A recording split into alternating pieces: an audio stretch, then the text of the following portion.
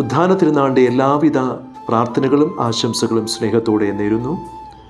ഉദ്ധാനം നൽകുന്ന സന്ദേശം പ്രതീക്ഷയും പ്രത്യാശയുമാണ്. അന്ധകാരത്തിൽ നിന്ന് പ്രകാശവും തിന്മയിൽ നിന്ന് നന്മയും മരണത്തിൽ നിന്നും ജീവനും നൽകുന്നതാണ് ഉദ്ധാനം നൽകുന്ന സന്ദേശം. അതിരാവിലെ ശൂന്യമായ കല്ലറയിൽ പ്രവേശിക്കുന്ന മഗ്ദല മറിയം യേശുവിനെ അവൾക്ക് കാണുവാനായിട്ട് സാധിക്കുന്നില്ല. ശൂന്യമാക്കപ്പെട്ട കല്ലറയിൽ അവൾ കരയുമ്പോൾ തീർച്ചയായിട്ടും ദൈവിക സാന്നിധ്യം അവിടെ ഉണ്ടായിരുന്നു. കർത്താവ് അവളോട് ചോദിക്കുന്നുണ്ട്, സ്ത്രീ, നീ എന്തിനാണ് കരയുന്നത്?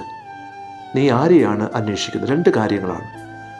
ജീവിതത്തിൻ്റെ പ്രതിസന്ധി ഘട്ടങ്ങളിലും ദുഃഖങ്ങളിലും വേദനകളിലും പ്രതീക്ഷ നഷ്ടപ്പെട്ടു പോകുമ്പോഴൊക്കെ നമ്മൾ കരയുകയാണ്. ഉദ്ധാനം നൽകുന്ന സന്ദേശം കരച്ചിനപ്പുറം നിന്നെ സാന്ത്വനപ്പെടുത്തുന്ന, സന്തോഷം നൽകുന്ന, ഒരു സമാധാനം നൽകുന്ന ഒരു ദൈവം നിൻ്റെ കൂടെയുണ്ട്. നമ്മെ സഹായിക്കുവാനും നമ്മെ കൂടെ ഇരുന്ന് ആശ്വസിപ്പിക്കുവാൻ ഈ ലോകത്താരുമില്ല. നിൻ്റെ പങ്കാളിയോ നിൻ്റെ മക്കളോ നിൻ്റെ പ്രിയപ്പെട്ടവരാരും തന്നെ നിൻ്റെ അരികിൽ വരില്ല. പക്ഷേ നിന്നെ സന്തോഷത്തോടുകൂടെ നിൻ്റെ കണ്ണുനീര് തുടയ്ക്കുവാനും നിൻ്റെ പ്രയാസങ്ങൾ പങ്കുചേരുവാനും ഒരു ദൈവം നിൻ്റെ കൂടെയുണ്ട്. എല്ലാ പ്രതീക്ഷയും നഷ്ടപ്പെട്ടു പോകുന്ന ഇസ്രായേൽ ജനങ്ങൾ തേനും പാലും ഒഴുകുന്ന കാനായിലേക്കുള്ള യാത്രയിൽ ചെങ്കടലിൻ്റെ തീരത്ത് വന്ന് നിൽക്കുമ്പോൾ, ജീവിതത്തിൽ ശൂന്യമാക്കപ്പെട്ട ഈ ജീവിത പ്രതിസന്ധിയിൽ ദൈവം അവർക്ക് താങ്ങും തണലും തുഷാരവുമായിട്ട് കടന്നു വരികയാണ്. അവിടുന്ന് മോശയോട് പറഞ്ഞു, നിൻ്റെ കയ്യിലിരിക്കുന്ന വടി ആ വെള്ളത്തിലേക്ക് സ്പർശിക്കുവാൻ.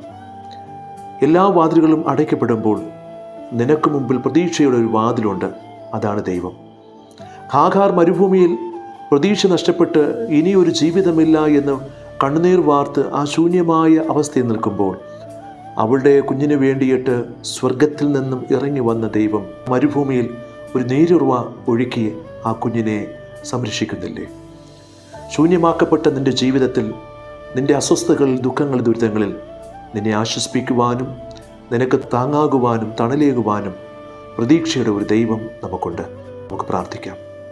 ഞങ്ങൾ അനന്തമായി സ്നേഹിക്കുന്ന നല്ല ദൈവമേ, പ്രതീക്ഷ നഷ്ടപ്പെട്ടു പോകുന്ന നിമിഷങ്ങളിൽ ഞങ്ങൾക്ക് സാന്ത്വനമായിട്ട് അവിടുന്ന് കടന്നു വന്ന് ഞങ്ങൾക്ക് സമാധാനം ആശംസിച്ചുവല്ലോ. ഞങ്ങളുടെ ജീവിതത്തിൽ സമാധാനം പ്രതീക്ഷയും നഷ്ടപ്പെട്ടു പോകുമ്പോൾ, ഞങ്ങൾ നിരാശയിൽ ആണ്ടുപോകുമ്പോൾ ദൈവമേ, ഞങ്ങളെ ശക്തിപ്പെടുത്തുകയും പ്രതീക്ഷ നൽകുകയും ഞങ്ങൾക്ക് സാന്ത്വനവും സമാധാനം നൽകുകയും ചെയ്യണമേ. ആമേൻ.